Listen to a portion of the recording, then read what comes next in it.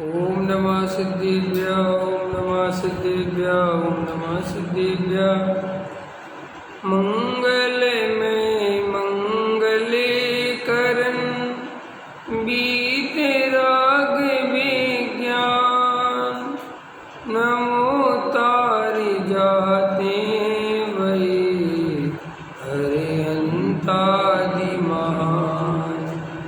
करि मंगल करि ग्रंथ करनि के कार। जाते मिले समाज सब पावे निज पद राज। मिथ्या भाव अभाव ते जो प्रगटे निज भाव। सो जयवंत रहो सदा यही मोक्ष उपाय। दूसरा अधिकार मोक्ष मार्ग प्रकाशक नवीन बंद विचार। एक कर्मों की चर्चा चल रही है, कैसे बंद होता है, उनके क्या क्या भेद प्रभेद हैं, है ना। देखो क्या कहते हैं, तथा मोहनीय कर्म के द्वारा जीव को आयथार्थ श्रद्धानुरूप तो मिथ्यात्व भाव होता है। क्रोध मान माय लोभादि कषाय होते हैं, वे यद्यपि जीव के अस्तित्व में हैं, जीव से भिन्न नहीं है। जीव ही उनका करता है, जीव के परिणमन रूप ही वे कार्य हैं। तथापि उनका होना मोह कर्म के निमित्त से ही है। कर्म निमित्त दूर होने पर उनका अभाव ही होता है। इसलिए वे जीव के निष्प्रभाव नहीं हैं, औपाधिक भाव हैं। तथा इन भावों द्वारा नवीन बंध होता है, इसलिए मोह के उदय से उत्पन्न भाव बंध के कारण है। तथा अघाती कर्मों के उदय से बाह्य सामग्री मिलती है, उसमें शरीर आदि तो जीव के प्रदेशों से एक क्षेत्र अवगाही होकर एक बंधानु होते हैं, और धन कुटुंब आदि आत्मा से भिन्न रूप हैं। इसलिए वे सब बंध के कारण नहीं हैं, क्योंकि परद्रव्य बंध का कारण नहीं होता।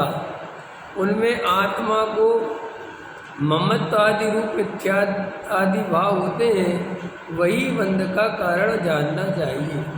देखो क्या लिखा, बंध कैसे होता है, तो कहते हैं कि जो अघातिया कर्म के उदय से बाह्य सामग्री मिलती है, उसमें शरीर आदि तो जीव के प्रदेशों से एक क्षेत्र अवगाही होकर एक बंधन रूप होते हैं।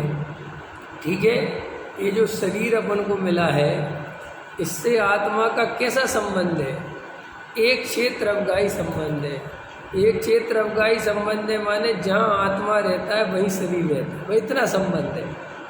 और इस संबंध से अज्ञानता के कारण ऐसा भ्रम होता है कि मैं शरीर हूँ, जबकि मैं शरीर नहीं हूँ वास्तव में। इस देह में अंतरंग में बाहर से पुद्गल का पिंड दिख रहा है, और अंदर भी अगर चीर फाड़ करेंगे तो भी पुद्गल ही दिखेगा, क्योंकि मूर्तिक तो पुद्गल है ना, और आत्मा अमूर्तिक है।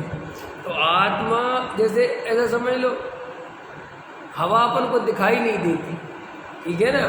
तो अपन ने एक शीशी के अंदर हवा भर दी, तो तुम्हें क्या दिखाई देगा? अंदर शीशी दिखाई देगी, अंदर भी क्या है, ऐसा लगे ऐसा तो कुछ है नहीं, लेकिन हवा है कि नहीं। ऐसे ही जैसे शीशी दिखाई दे रही है, हवा तो दिखाई नहीं देती, तो कोई अज्ञानता से ऐसा समझ ले कि वह शीशी है। ऐसे इस जीव को शरीर में ही ऐसी एकत्र बुद्धि रहती है कि मैं शरीर ही हूँ। क्यों हूँ मैं शरीर? क्योंकि हमें शरीर के अलावा और कुछ दिखाई तो देता नहीं, ठीक है ना। तो शरीर के अंदर आत्मा है, और आत्मा को हम है ये कैसे जाने कि साहब आत्मा की पहचान देख के तो नहीं करी जा सकती, लेकिन अनुभव से करी जा सकती है। कि साहब अनुभव से कैसे करी जा सकती है? कि ये शरीर जानता देखता नहीं है, जानने देखने वाला कोई और है, और जो वो जानने देखने वाला है वही आत्मा है और वही मैं हूँ। ऐसा बार बार शिष्य के द्वारा अभ्यास करे जाने पर उसे आत्मानुभव होता है। ख्याल में है ना? तो इसलिए ये शरीर आदि जीव के प्रदेशों में एक क्षेत्र अवगाही होकर बंधन रूप होते हैं और धन कुटुंब आदि आत्मा से भिन्न रूप हैं। इसलिए वे सब बंध के कारण, वे बिल्कुल बंध के कारण नहीं है। तो कितना साफ साफ लिखा, क्योंकि परद्रव्य बंध का कारण, ये शरीर परद्रव्य है कि स्वद्रव्य? शरीर स्वद्रव्य है कि परद्रव्य? तो शरीर की क्रिया स्वद्रव्य है कि परद्रव्य? परद्रव्य की क्रिया है ना, पुद्गल की क्रिया। तो पुद्गल की क्रिया से जीव को बंध कैसे होगा? है ना? तो पुद्गल की क्रिया से ना बंद होता है ना कुछ होता है। पुद्गल की क्रिया पुद्गल में होती है, फिर जीव को बंद कैसे होता है? जीव को असली बंद होता है एकत्व करने से,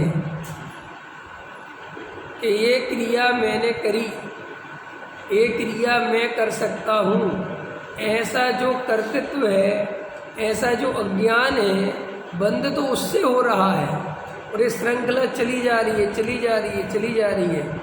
और इस पर्याय में आकर भी इतना तत्व सुनने के बाद भी ये मिथ्यात्वता अंदर से ये बात जाती नहीं है कि मैं करता धरता। क्यों नहीं जाती? क्योंकि दिखाई ऐसा ही देता है कि मेरे करे बिना नहीं होगा। तो फिर वो समझता तो है जीव कि भाई समझाया तो ये था कि मेरे करने से नहीं होता, लेकिन समझाने पर भी अनुभव में क्या आता है? अनुभव में भूल जाता है कि क्या, कि हम करेंगे नहीं तो नहीं होगा। तो इसलिए अभ्यास करना पड़ेगा, एकांत में बैठ के तत्व विचार करना पड़ेगा। और कोई कारण नहीं है तत्व विचार करने का, करना इसलिए पड़ेगा कि जैसा वस्तु का स्वरूप है वैसा हमें दिखाई देता नहीं, ख्याल में ना, और जैसा दिखता है वैसा है नहीं। अब प्रॉब्लम ये है, तो इसलिए आपको शांति से बैठ के एकांत में अभ्यास करना ही पड़ेगा। आप एकांत में बैठ के अभ्यास नहीं करेंगे तो आप भेद ज्ञान नहीं कर पाएंगे। क्यों? क्योंकि आत्मा अमूर्तिक है, वो पुद्गल की तरह दिखाई नहीं देता। यही विडंबना है, समझ लो, यही माया है, यही मोह है कि दिखता है नहीं। अब जो दिखता नहीं है तो महसूस करना है किसी चीज़ को, तो भाई फिर सावधान होना पड़ता है ना। है कोई चीज़ आपको महसूस करनी, दिखाई नहीं दे रही, तो क्या करना पड़ता है? मिर्ची है, दिख रही है, दिख रही है, मिर्ची है, लेकिन मिर्ची जब सब्जी में मिला दी तब तो नहीं दिख रही, अब कहाँ है? अब हमने कहा बताओ मिर्ची है कि नहीं, तो क्या करोगे? देख के बता दोगे सब्जी को, दाल को देख के बता दोगे कि नमक है कि नहीं? नहीं बता पाओगे। और फिर मैं कहूँ बताओ, तो क्या करोगे कि उसको शांति से स्वाद रखोगे जीभ पे, तब बताओगे कि हाँ हाँ नमक है।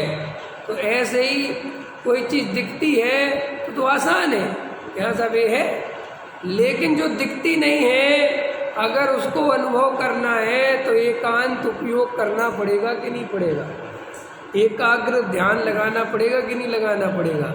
इसलिए देखो भाई, समझने के लिए बहुत है नहीं, ऐसा जितना हम और आप समझने बैठ गए हैं इतना समझने का काम नहीं है।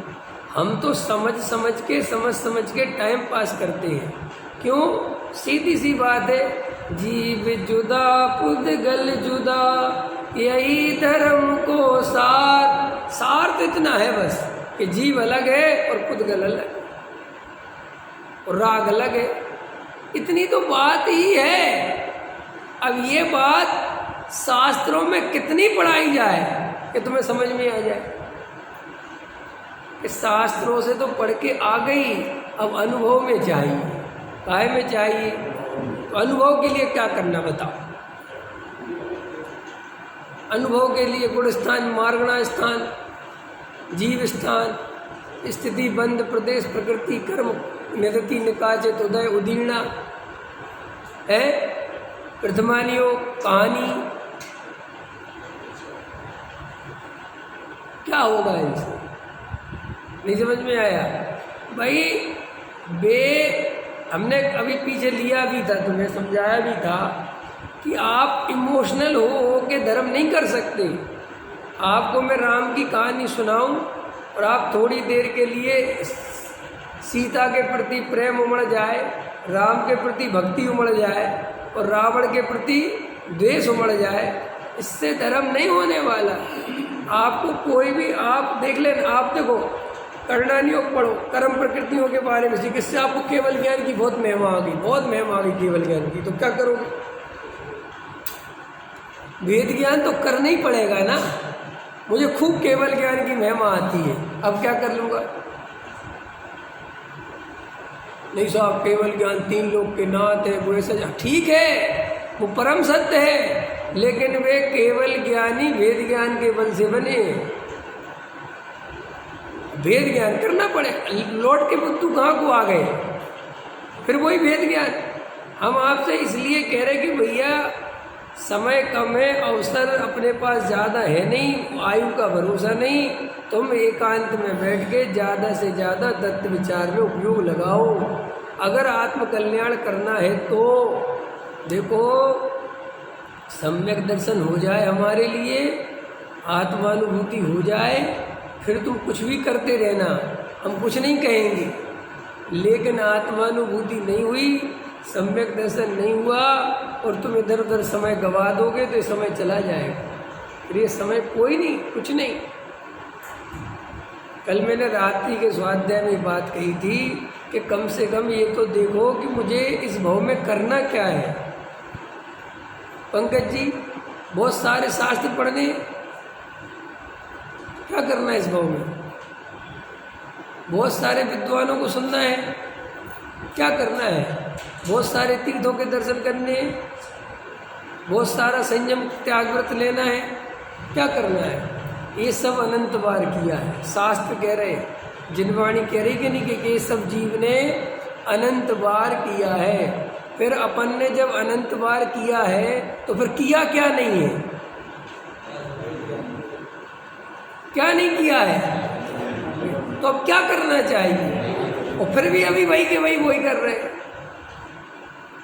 ख्याल में आ रहा कि नहीं? अभी भी सोचो कि हमने जब ये बार अनंत बार किया तो कम से कम इस पर्याय में तो अब वो गलती नहीं करें, इस पर्याय में तो वही काम करें जो नहीं किया। ख्याल में आया कि नहीं आया? हम आपसे कह रहे श्रोता को बहुत जागृत रहने की आवश्यकता है। जो जागृत होके सुनेगा, आत्मकल्याण का तीव्र पुरुषार्थ रखेगा, वो ही इस भाव में आत्मकल्याण कर पाएगा। जो जीव विचार करने को राजी नहीं है, सबकी सुनो, सब कुछ सुनो, सब कुछ पढ़ो, सब कुछ पढ़ने के लिए लिखा गया है। ये जिनवाणी इतनी सारी क्यों लिखी है? ये सब आपकी व्यर्थ की कपोल कल्पनाएं हैं, जिनने लिखी न उनने हमसे पूछ के तो लिखी नहीं, न उनने हमारे लिए लिखी, न कोई हम पे जिम्मेदारी डाली कि तुम सब पढ़ना। भाई वो उनका उपयोग था, हमें तो अपना प्रयोजनभूत कार्य चाहिए। क्या चाहिए? अजय एक बात बताओ, सठखंडागम ग्रंथ है कि नहीं? सबसे पहला ग्रंथ है कि नहीं? हम में से कितनों ने पढ़ा? और अगर हम नहीं पढ़ेंगे तो हमें सम्मेलन होगा कि नहीं होगा? है? बताओ, कुछ बताओ तो सही। होगा? भाई साहब अरुण जी, ये बात बिल्कुल ठीक नहीं। पुष्पदंत भूतबली आचार्य का अनादर करते। पहला सठखंडागम ग्रंथ, तुम्हें अपनी जिनवाणी की महिमा नहीं? क्या होगा? तुम तो अभी सम्मेलन के पात्र भी नहीं हो।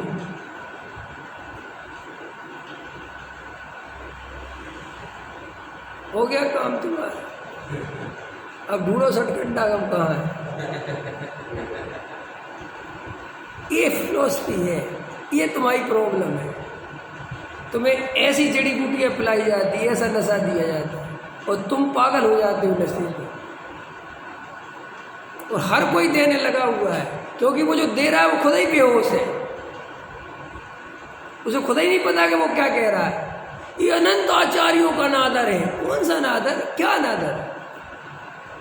वे जिनवाणी लिख के और हमें पढ़ने की फुर्सत नहीं है। तुम खाली समझदार पढ़ते हो। तरकीब तो कहीं भी हो सकती है, बात है तो कुछ भी हो सकती है। वे आचार्यों के हाथ तकलीफ, इतने खून निकल रहा है और वे इतनी करुणा करके लिख गए। किसके लिए लिख गए? हमारे लिए लिख गए, लेकिन वे लिख यही गए कि जीव और पुद्गल का भेद ज्ञान करना। यही तो कह गए वो ये थोड़ी कहेगा कि नहीं हमें पढ़ना। कोई आचार्य ने लिखा हो कि मुझे पढ़ना, ये कहीं लिखा है? हमारे आचार्य भगवान वीतरागी संत, ना तो उनको ऐसा आग्रह रहता है कि हमने लिखा है तो तुम पढ़ो, उनको कोई मतलब नहीं है। और वे लिखते इसलिए हैं कि छठवें गुण स्थान में आके करेंगे क्या अगर लिखेंगे नहीं तो। अब ये तो हम लोग उनका उपकार करते हैं, कहते हैं, नहीं समझ में आया है तो वो अलग बात है। लेकिन वे कोई तुम्हारा उपकार मनवाने के लिए नहीं लिखा उनने, ना उनको तुमसे कोई विकल्प है, ना वो कोई ऐसी कल्पना करते हैं कि आने वाली पीढ़ी पढ़ेगी। उनको कोई मतलब नहीं। ये तो रागियों की कल्पना है। वीतरागी तो उनने लिखा और पेड़ के नीचे रख के चले गए। उनको तो ये भी नहीं रहता कि किसी को अच्छे से दे जाऊं। कोई गृहस्थ आएगा दर्शन करने तो संभाल के रख लूँ, फिर वो आएगा तो उसे दे दूंगा कि भाई इसको संभाल के। ऐसा विकल्प आता है। और अगर ऐसा विकल्प आए तो उसी समय पराधीन हो जाएंगे। पर की चिंता खा गई ना, क्योंकि चाहे थोड़ा सा कठिन है, चाहे तुम्हें ये पराधीनता खाए, चाहे बच्चों की पराधीनता खाए, पराधीनता तो इसलिए आप थोड़ा सा इमोशनल होना बंद करो। आपको हर तरह के वक्ता मिलेंगे, आपको ऐसी सी बात, जिन धर्म हमें पंचम काल के अंत तक ले जाना। अरे भैया कुछ नहीं ले जाना कहीं, न तुम्हारे ऊपर जिम्मेदारी है, न वो तो जो जाना है तो जाएगा। ख्याल में तुम उसकी चिंता ही मत करो बिल्कुल। तो इससे क्या होगा? इससे तुम्हारे जीवन में निर्भरता आएगी। ये बातें मैं क्यों बोलता हूँ? इसलिए बोलता हूँ कि सारी समाज इन्हीं बातों में धर्म मान के बैठती, इन्हीं मुलझी रहती है। और हमारा कर्तव्य है, हमें करना तो पड़ेगा ही। अगर हमारी पुरानी पीढ़ी ऐसा सोच लेती तो क्या होता? कैसे सोच लेती? और तुम भी कैसे सोच लोगे? जो कार्य होना है वो होके रहेगा कि नहीं होगा? तुम्हारे सोचने से चलता है क्या? नहीं चलता है ना? बोलो। कुछ नहीं, अपने हाथ में। इसीलिए तो सम्मिलन नहीं होता कि अंदर कर्तव्य भरा रहता है कि करना तो पड़ेगी, करना तो पड़ेगा। अरे कुछ नहीं करना, तुम तो शांति से एकांत में बैठ गए हो। मैं शुद्धात्मा हूँ, मैं ये शरीर नहीं हूँ, मैं किसी का करता धरता नहीं हूँ, मेरे ऊपर जगत की इतनी सी भी जिम्मेदारी नहीं है, मुझे कोई विकल्प नहीं है। और देखो, असली सम्यक दृष्टि, असली संत तो वही है जो अपने ऊपर कोई जिम्मेदारी, क्योंकि जिम्मेदारी तो अज्ञानी लेता है। क्यों लेता है? क्योंकि अज्ञानी के अंदर कर्तव्य है कि मैं नहीं करूँगा तो। अंतर समझ में आएगी नहीं आया? करणानि योग के ग्रंथ हैं, चरणानि योग के ग्रंथ हैं, प्रथमानि योग के ग्रंथ हैं, द्रव्यानि योग के ग्रंथ हैं, सब ग्रंथ हैं और सब पढ़ने चाहिए। पढ़ने का निषेध नहीं है, लेकिन वेद ज्ञान के लिए ही पढ़ना चाहिए। काय के लिए पढ़ना चाहिए? सिर्फ वेद ज्ञान। प्रथमानि योग पढ़ो भी तो अंतरंग में विचार करो। संसार असार है। देखो ये सब राजा महाराजा थे, सब कुछ नहीं, अंत में दीक्षा ले ली, इसलिए आत्मा ही शरण है। करणानि योग पढ़ो तो देखो साहब संसार कितना बड़ा है, कितना बड़ा 3 लोक का स्वरूप है। मैं कहाँ इसमें एकत्व करके बैठा हूँ, कहाँ कहाँ जीव राशि भरी पड़ी हुई है, कहाँ कहाँ जीव गतिमान हो रहा है, क्या क्या स्थितियाँ बन रही है, वो अपना चेतन ही शरण है। ये सबका सार ये है, ख्याल में, और कुछ नहीं है। पर द्रव्य की बात भी स्वयं द्रव्य के लिए होगी तो स्वयं द्रव्य मिलेगा। पर द्रव्य की बात भी, काय की बात, प्राण भी काय के लिए पढ़ना है, अपनी आत्मा की शरण के लिए, तो बात बनेगी। ये दृष्टि चाहिए। इसलिए देखो, इमोशनल मत हो बिल्कुल भी, धर्म के नाम पर इमोशनल मत हो। शांति से एकांत में बैठ के बिल्कुल निर्भर रहो, बिल्कुल मत सोचो किसी भी चीज पे। देखो, पर द्रव्य बंध का कारण, तो पर द्रव्य की क्रिया से बंध और मोक्ष नहीं होगा। होगा? बोलो रमेश जी, क्रिया करनी चाहिए कि नहीं करनी चाहिए? हाँ, करनी चाहिए। हाँ, उसमें ममत्व नहीं करना, कर्तृत्व नहीं करना, भोक्तृत्व नहीं करना। ऐसा नहीं मानना कि साहब ये नहीं करेंगे नहीं, ये अपने आप हो रही है, मैं इसका कर्ता। अगर तुम क्रिया के कर्ता बने तो तुम क्रिया करके भी बहुत ठग जाओ। ख्याल में है कि नहीं है? करता नहीं चाहिए, होता है। देखो, अब आगे कहते हैं, असली बंध का कारण तो ये मिथ्यात आदि भाव है। लिखा है असली बंध का कारण क्या है? अरविंद जी मिला, क्या है? आत्मा को ममत्व आदि रूप मिथ्यात आदि भाव होते हैं, वही बंध का कारण जानना। बंध का कारण और कुछ दूसरा है ही नहीं, यही बंध का कारण जानना। कौन सा? ये मिथ्यात। अब देखो, योग और उनसे होने वाले प्रकृति प्रदेश बंध, ये अब कर्मों की चर्चा चल रही है। तथा इतना जानना कि नाम कर्म के उदय से शरीर कौन कर्म के उदय से मिलता है? नाम कर्म का उदय। शरीर काय के उदय से मिलता है? तो खाली मिलता नहीं है, इसमें जैसा जैसा परिणमन होना है उसमें वो नाम कर्म काम करता है। अपन शरीर को अच्छा बुरा नहीं कर सकते। ख्याल में आया? उदय से शरीर वचन मन उत्पन्न होते हैं, ठीक है कि नहीं? ये जो शरीर है उसकी रचना, वचन, किसी की आवाज, ये सब मन में उत्पन्न। सब कैसे चल रहा है? मन समझे? अष्टदल कमल का ऐसी रचना हुई ना शरीर की और पुद्गल मन की, तो उसके में कौन निमित्त है? नाम। उनकी चेष्टा के निमित्त से आत्मा के प्रदेशों का चंचलपना होता है। उससे आत्मा को उद्गल बरगना से एक बंधन होने की शक्ति होती है, उसका नाम योग है। मन वचन काय तीन हो गए, पढ़े होंगे ना, मन वचन काय, ये तीन योग होते ना। तो ये तीन पुद्गलमय हो गए, और इन तीन पुद्गल के निमित्त से आत्मा के प्रदेशों में जो हलचलन होता है वो कहलाता है भाव योग। समझ गए ना? ये द्रव्य योग, एक भाव। तो भाव माने आत्मा के प्रदेशों में हलचलन, तो वो किसके निमित्त से हुआ?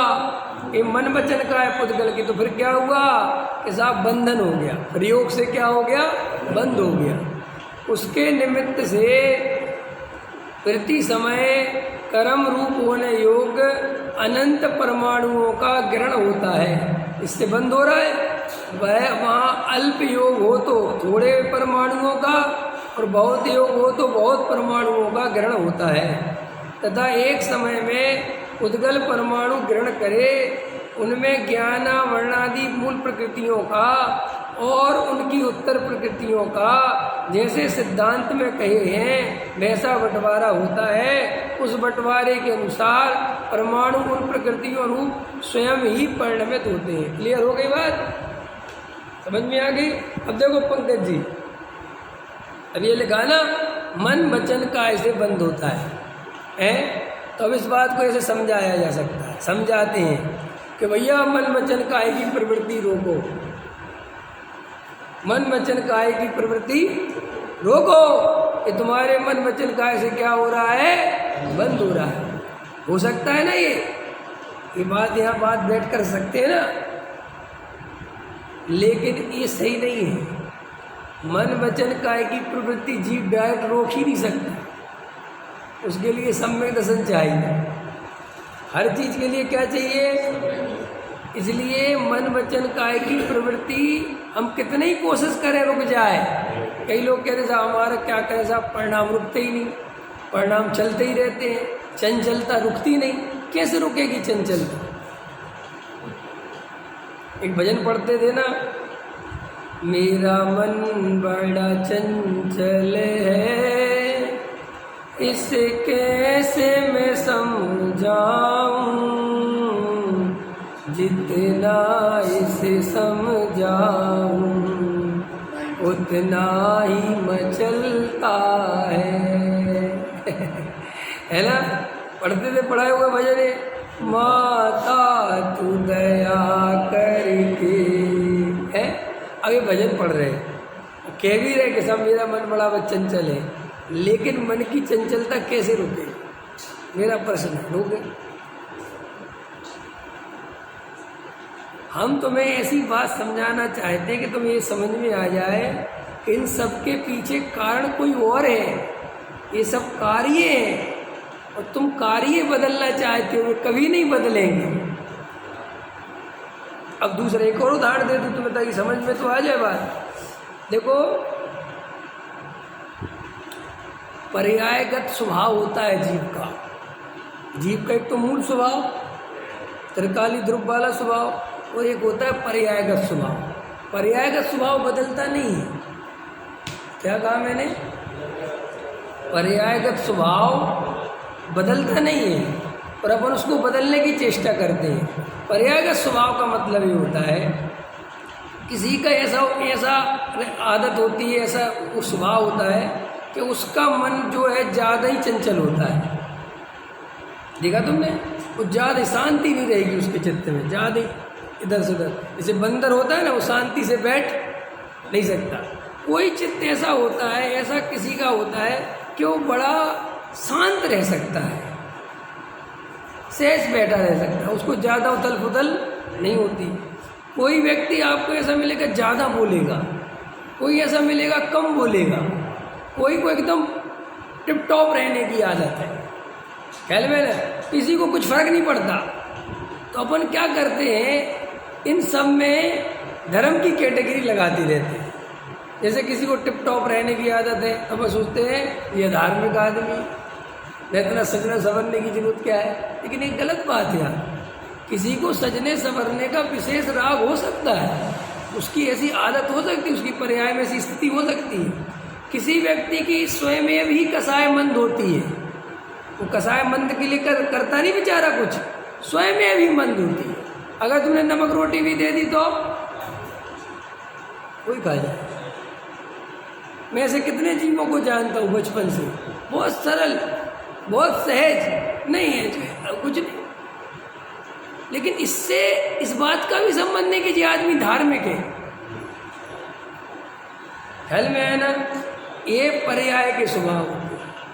जैसे देखो शेर होता है ना, शेर की नेचर देखो आप, जानवरों की नेचर देखते हो आप, सबकी नेचर, ये जो वन विभाग वाले हैं ये जानवरों की नेचर देखते हैं। शेर की नेचर ऐसी होती है, अगर शेर का पेट भर गया तो शेर के बराबर से हिरण निकल जाए, वो उसको छुएगा भी नहीं, उसकी नेचर ऐसी है।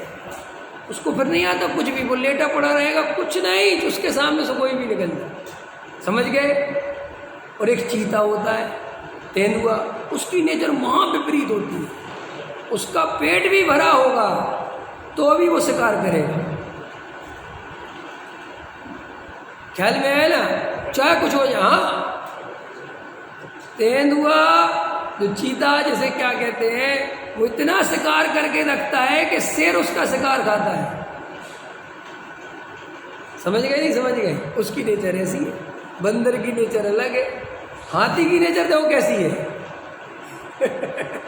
हाथी एकदम अपना धीरे धीरे मध्यम मध्यम। तो अब ये कोई सम्यक दर्शन और मिथ्या दर्शन नहीं है, ये पर्याय के स्वभाव जानना।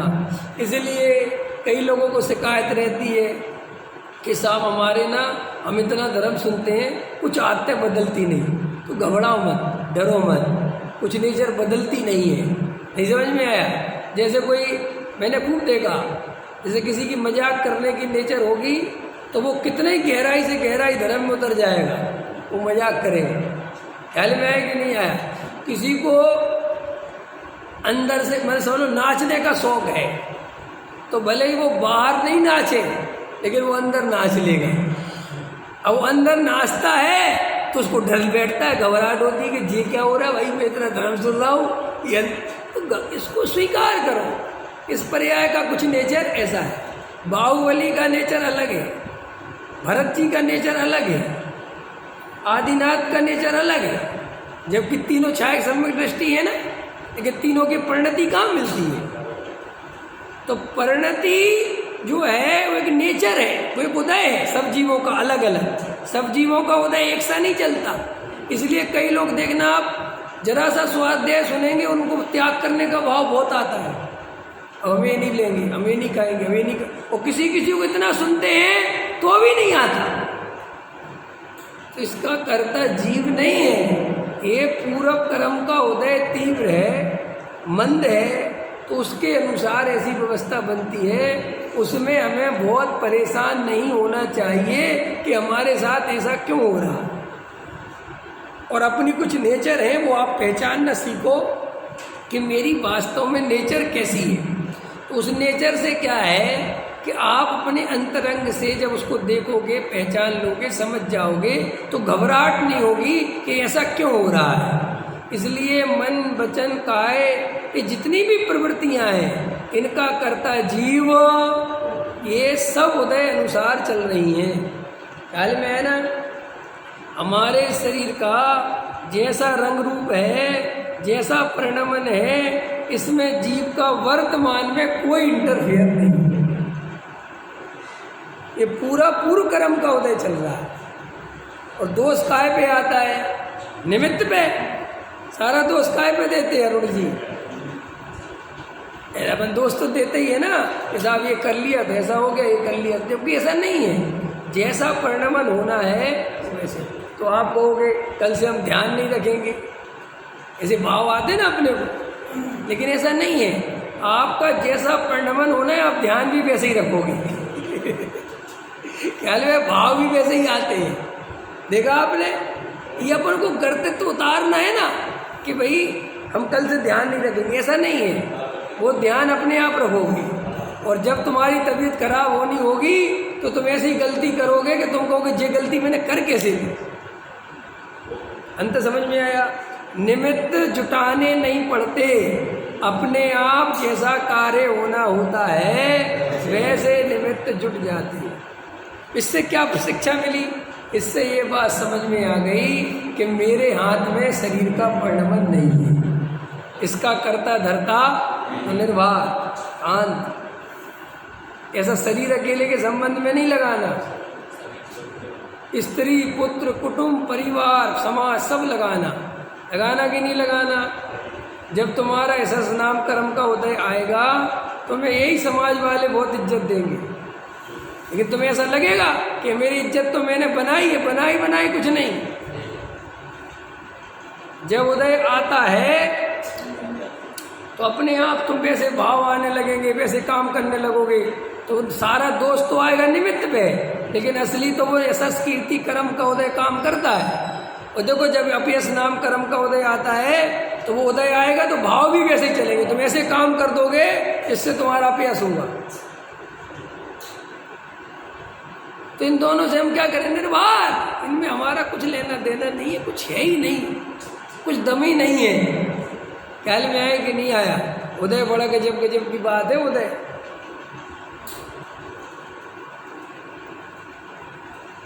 ये उदय समझना पड़ेगा तुम्हें। निमित्त कुछ भी बन सकता है, कुछ भी। अभी देखो ये तालिबान के हमला है ना, अब कई लोग बड़ा तकलीफ में क्या है, लेकिन अंदर खाने अगर राजनीति का स्टैंड देखोगे इस समय तुम, तो बीजेपी वाले खुश है। कि क्यों? कि उनको ये निमित्त बनेगा जीतने में,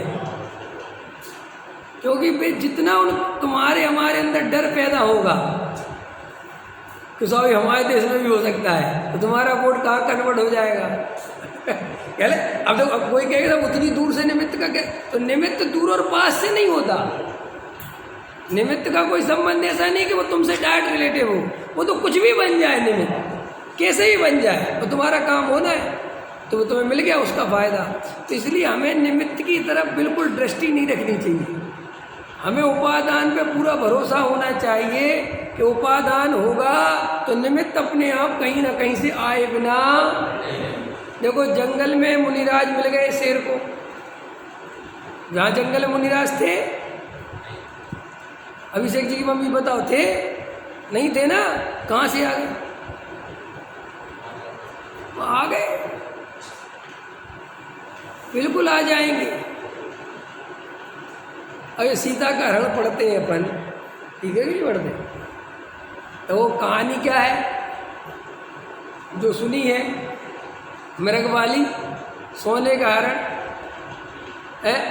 अब रामचंद्र जी नहीं जानते कि सोने का हरण नहीं होता, सीता नहीं जानती कि कैसे संभव है, लेकिन बस अब ऐसे ही था वो काम, उस समय ऐसी योग्यता आई, ऐसे भाव बने और वे चले भी गए। ख्याल में आते कि नहीं यार? कुछ नहीं दम इन बातों में ये शिक्षा मिलती है कि अरे भाई जैसे कार्य होने हैं वे वैसे ही होते हैं, तुम्हारी बुद्धि लगाने से कुछ भी पलटता। आप बिल्कुल मत सोचो कि हमारे करने से कुछ हो रहा है, नहीं, जैसा परिणमन हो रहा है स्वतंत्र हो रहा है, और अगर तुम इसको स्वीकार करोगे तो तुम आत्मानुभव कर सकोगे। आत्मानुभव वही जीव कर सकता है जो पुद्गल परमाणु जितना का भी कर्ता नहीं बने। ये बात कहाँ लिखी? आचार्य कुंद कुंद देव ने लिखी कि जो जीव अणु मात्र का भी कर्ता बनेगा वो सम्यक दृष्टि नहीं हो सकती। सोचो कितनी बड़ी बात, कितनी महिमा होगी अकर्तृत्व स्वभाव की, कि जब उनने अणु मात्र का भी लिख दिया, कितने से अणु का भी कर्ता नहीं बनना। ठीक, क्लियर होगी बात? तो ऐसे ही हमें ये मन वचन कायिक जो आपके मन में शरीर संयोगों में, इनमें आपको बहुत आकुलित होने की आवश्यकता नहीं है। ऐसा क्यों? ऐसा कुछ नहीं है, ये सब वर्तमान में जीव का तो इसमें कुछ लेना देना है नहीं। ये पूर्व में ही कोई परिणाम रहे, उसके कारण ऐसा कर्म चल रहा है, और अभी भी अगर उससे नहीं जुड़ोगे तो वो हमारा आपका कुछ भी नहीं। और नहीं जुड़ोगे कैसे? फिर वही प्रश्न, हम कर्म से कब नहीं जुड़ेंगे? जब सम्यक दर्शन हो। घूम फिर के आना वही है जब, ऐसा मैं तुम्हें कितना ही समझाऊं कि कर्म से नहीं जुड़ना, कर्म को अपना नहीं मानना, कर्म के उदय से परेशान नहीं होना, कितना ही समझा लूं। पंकज जी बताओ, समस्या सॉल्व हो जाएगी?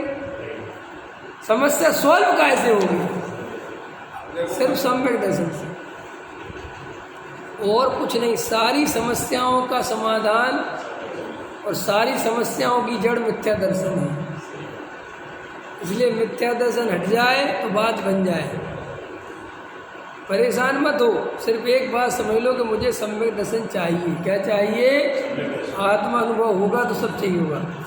अभी देखो इतना हो गया ना, समझ में आ गया? वहाँ अल्प योग होते हो गया। चलो, तथा एक समय में जो पुद्गल परमाणु ग्रहण करे उनमें ज्ञानावर्णादि मूल प्रकृतियों का और उनकी उत्तर प्रकृतियों का जैसे सिद्धांत में कहा वैसे बंटवारा हो जाता है। ठीक है, वे अपने आप कर्म कौन उत्तर प्रकृति मूल प्रकृति बन जाए। उस बंटवारे के अनुसार परमाणु उन प्रकृतियों का स्वयं ही परिणमित होते हैं। ठीक है, विशेष इतना है कि योग दो प्रकार का है, शुभ योग अशुभ योग। वहाँ धर्म के अंगों में मन वचन काय की प्रवृत्ति होने पर तो शुभ योग होता है, और अधर्म के अंगों में उनकी प्रवृत्ति होने पर अशुभ योग होता है। वहाँ शुभ उपयोग या अशुभ उपयोग हो, सम्यक प्राप्त किए बिना घात या कर्म की तो सर्व प्रकृतियों का निरंतर बंद ही होता रहता है। ये बात इम्पोर्टेंट है, समझ में आ गई क्या कह रहे टोटामल जी? वो ये कह रहे हैं कि देखो भाई, शुभ उपयोग हो अशुभ उपयोग हो, ठीक है, ये तो अघाती कर्मों की प्रकृतियाँ बनेगी उससे, लेकिन सम्यक्त नहीं है तब तो घातिया कर्मों की सर्व प्रकृतियों का बंध होता ही रहेगा, घाती कर्मों का। और घाती कर्म ही, अघाती कर्म नहीं, घाती कर्म ही असली दुख के कारण हैं। इसलिए तो मैं कहता हूँ जिन लोगों की ऐसी मान्यता बनी रहती है शुभ अशुभ शुभ अशुभ, शुभ अशुभ का भेद अघाती कर्म का है, वो घाती पंक। अरविंद जी ये समझ लो, बहुत अच्छी बात। जो शुभ अशुभ भाव होते हैं इनका संबंध अघाती कर्मों से है। कैसे है? अघाती कर्म माने जिनसे जीव का डायरेक्ट कोई लेना देना नहीं, जीव उनसे सुखी दुखी। जैसे देखो, अघाती कर्म है, तुमने पुण्य करा तो तुम्हें अच्छा शरीर, अच्छे बच्चे, अच्छी पत्नी, अच्छे संयोग, ये सब कहलाते हैं अघाती कर्मों के उदय। इनसे जीव का कोई संबंध। किसी को अगर अंदर में मोह नहीं है तो देखो उसका कितने ही पुण्य का उदय बना रहे, वो उससे कोई उसको लेना देना नहीं, और कितने ही पाप का उदय बना रहे उससे कोई लेना देना नहीं है। ये सब सुख दुख तो मोह के कारण अनुभव होता है। मुनिराज को मोह नहीं है तो देखो उनकी सारी जगत पूजा करता है तो उन्हें खुशी नहीं होती, वो सारा जगत उन्हें गाली देता है तो उन्हें दुख नहीं होता। तो मुनिराज को ऐसा क्यों होता है, उनको सुख दुख क्यों नहीं होता बाहर में? क्योंकि उनके मोह कर्म, और हमारा मोह कर्म है तो हमारा महान पुण्य का उदय चलता हो तो भी आकुलता मिटती नहीं है। सच बताओ, मिटती है? क्यों नहीं मिटती? क्योंकि आकुलता का जो असली कारण मोह है वो तो ज्यों का त्यों बैठा है। आप सही में पूछता हूँ, मुकेश अंबानी की आकुलता होगी कि नहीं? सही बताओ, है होगी कि नहीं? नरेंद्र मोदी की आकुलता होगी कि नहीं होगी? बताओ। अच्छा, ज़्यादा होगी कि कम होगी? पुण्य का उदय तो ज़्यादा है ना, पुण्य का उदय तो कमजोर नहीं है, क्योंकि पुण्य का उदय तभी तो प्राइम मिनिस्टर है, पुण्य का उदय तभी तो खरबपति है ना, पुण्य का उदय इतना ज़्यादा। लेकिन इतना सारा पुण्य जिसके पल्ले में हो उसकी आकुलता इतनी सी भी कम नहीं होती, मिथ्यात्व है तो। आगे समझ में? इसलिए अगर तुम सुख दुख भी पहचानते हो तो पहचानो कि सुख और दुख बाहर के संयोगों से नहीं होता। अंतरंग में जितना ज़्यादा मोह होगा उतना दुख बढ़ेगा। और हमारी बुद्धि ये है कि हम मुकेश अंबानी होते तो हम शायद इतने परेशान नहीं होते। हमारी बुद्धि ये है कि हमारे पास ताकत होती, पावर होती, हम प्राइम मिनिस्टर होते तो हमारा शायद दुखी। ऐसा नहीं है, ये मान्यता निकाल दो। अनंत आकुलता है मोह की, और बेचारे रात और दिन आकुलता चलती है। अभी वर्तमान में भी देखो, हम और आप देखें जैन साहब, अभी आप वर्तमान में देखो, आपसे ज़्यादा पैसा इनके पास है, ठीक है, उदाहरण के लिए ये बड़े सेठ हैं, ठीक है, फिर भी बताओ आकुलता ज़्यादा किसकी है? इनके पास कम होनी चाहिए ना, क्योंकि इनके पास ज़्यादा पैसा है। लेकिन आप खुद देखो, आकुलता उसके पास ज़्यादा है जो ज़्यादा बड़ा है। और आप गारंटी ले लो, मुझे एक आदमी लेके आओ आप, जिसका आप कहोगे साहब इसको देखो साहब आकुलता नहीं है, पुण्य का उदय नहीं है ही नहीं। इस पंचम काल में ऐसा ही पुण्य का उदय है, समझ लो, अभी लिख लो, ये पंचम काल का पुण्य का उदय आकुलता वाला है। ये चौथे काल वाला भरत जी वाला पुण्य नहीं है, कि अंदर सम्यक दर्शन भी है और बाहर चक्रवर्ती पद भी है। ये जो पंचम काल का पुण्य फलता है, ये खोटा पुण्य कहा आचार्य ने, कि ये वर्तमान का काल का जो पुण्य फलता है वो ऐसा फलता है कि जितना ज़्यादा फलेगा उतनी आकुलता बढ़ेगी। और ये प्रत्यक्ष देख लेना, जो अपने अपने पे लगा लेना, किसी और पे मत लगाना।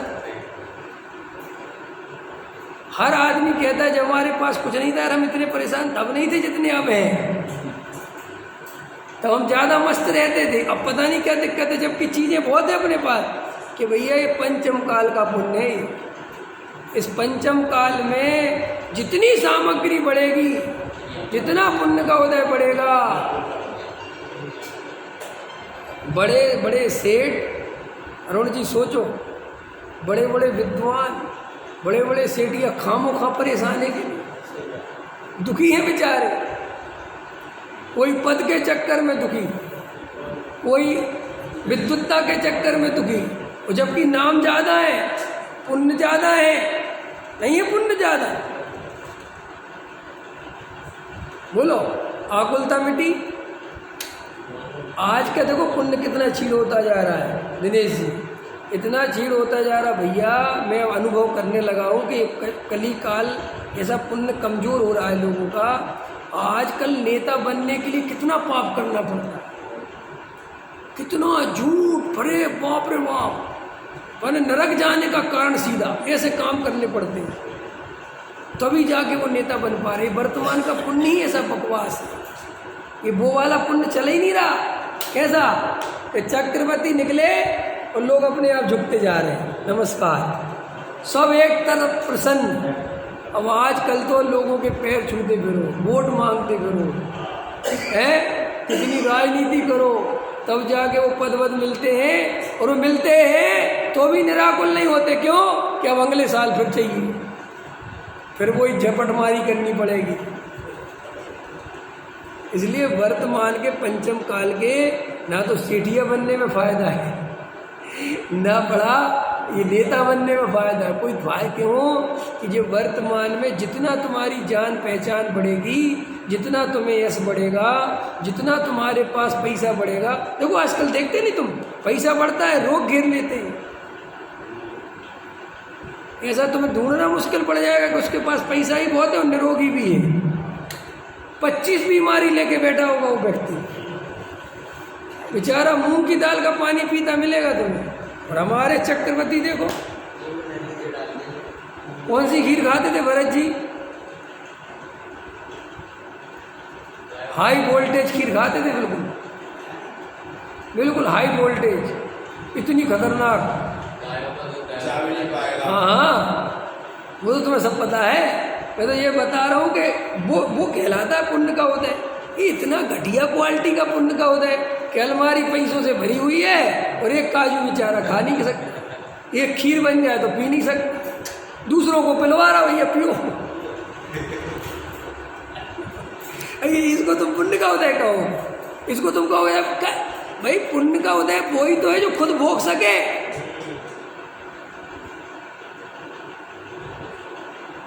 वर्तमान बता, अच्छा जैन साहब, ये चांदी चौक में बैठे, सदर में बैठे, इनकी कोठियाँ खड़ी हैं। बोलो भैया खड़ी कि नहीं खड़ी कोठियाँ? बेचारे खुद वहाँ 4x4 की दुकान में ऐसे बैठे रहते हैं, वहाँ कंजस्टेड, वहाँ स्थिति खराब, और घर में सारे बढ़िया पुण्य के उदय में एसी चल रही, वे अपने मस्त बैठे में। तो भाई तू काय को अपने को पुण्यशाली समझता है? तू तो गधा मजूरी कर रहा है, पुण्य तो उनका है, और उनका भी वो ज़्यादा दिन टिकने वाला, क्योंकि जैसे ही वो निकलेंगे बाजार में वे उसी लाइन में आ जाएंगे। इसलिए देखो भाई, सम्यक दर्शन ही सुखी होने का उपाय है, अन्य कोई उपाय सुखी होने का। इसलिए अन्य उपायों को सुखी होने का उपाय मानना महामिथ्यात्व है। सहजानंदी सो